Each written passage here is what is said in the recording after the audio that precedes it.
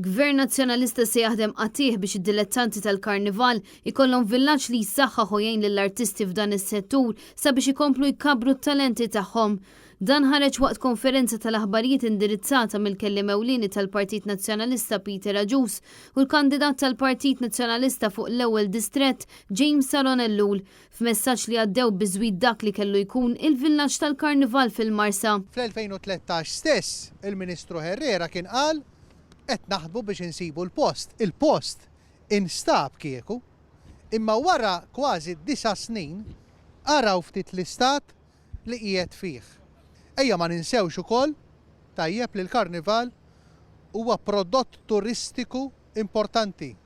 Huwa dak li nistgħu nbiju lit-turist li jiġi iżurna speċjalment f'xhur fejn it-turiżmu ikun aktar kajman. U għattenna li l-Partit Nazzjonalista jemmen bisħieħ fit-talent Malti u meta jkun fil-gvern se jibni dan iċ-ċentru li jilqa' fih danu l-artisti tal-karnival.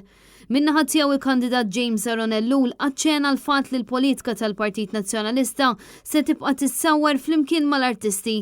U għafakkar kif l-2018 kien ġimwiet li l-ewwel fażi tal-villaġġ kellha tkun lesta fl-2020. Dan iżda baqa' ma sarx.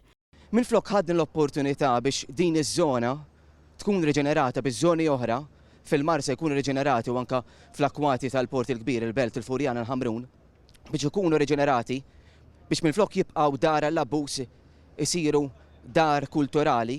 Minflok sar dan kollu, il-gvern ħarab milli jagħmel dan il-proġett. Appell tal-Partit Nazzjonalista, l-appell tiegħi huwa li se nibqgħu f'diskussjoni u ħanfasslu bħala Partit Nazzjonalista aktar proposti, aktar idejat u ħalkun nippreżentawhom fil-ġimgħat li ġejjin biex fuq kollox il-politika tal-Partit Nazzjonalista tkun rappreżentattiva u l-politika tal-Partit Nazzjonalista tkun tassew qed tirrappreżenta u tolqot lil kull settur inkluż lill-artisti Maltin. Il-kellima qalqu billi qalu li l-investiment fil-kultura huwa investiment li jippromovi l-ħiliet u t-talenti filwaqt li jikkontribwixxi għall-ekonomija Maltija.